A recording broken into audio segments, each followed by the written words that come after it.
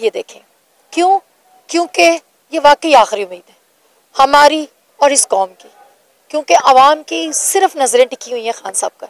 कल मेरे पास एक औरत आई और उसने मुझसे कहा कि मेरे ना घर में नहीं है कुछ, तो मैंने उनको जो भी मुझसे हो सका मैंने उनके साथ किया, मगर उसने मुझसे एक सवाल मुझे कहा, बाजी तुसी तो जमान पार्क रहंदे हो, खान साहब ने किदों आना?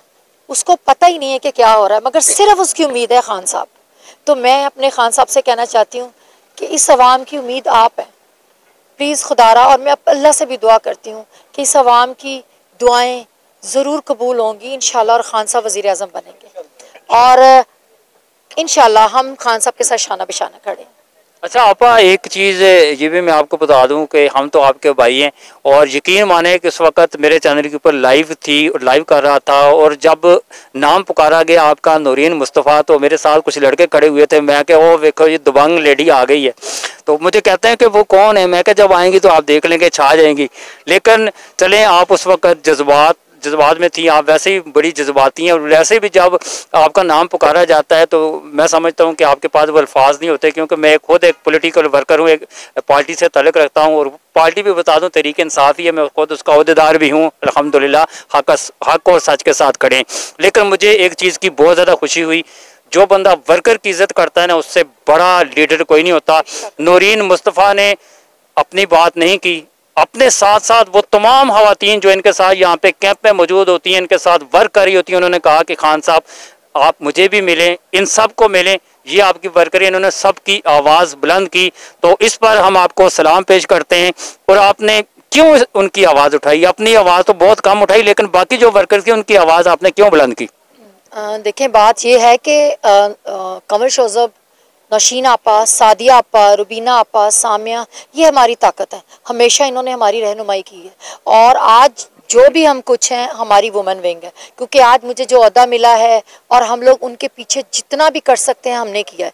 और देखिए, ये चीज़ें नहीं होती कि हम बैठे हुए हैं एक दूसरे को टांगे खींचना, जेलस करना। मैं तो बिल्कुल, हम लोग जेलस नहीं करते किसी से। क्यों?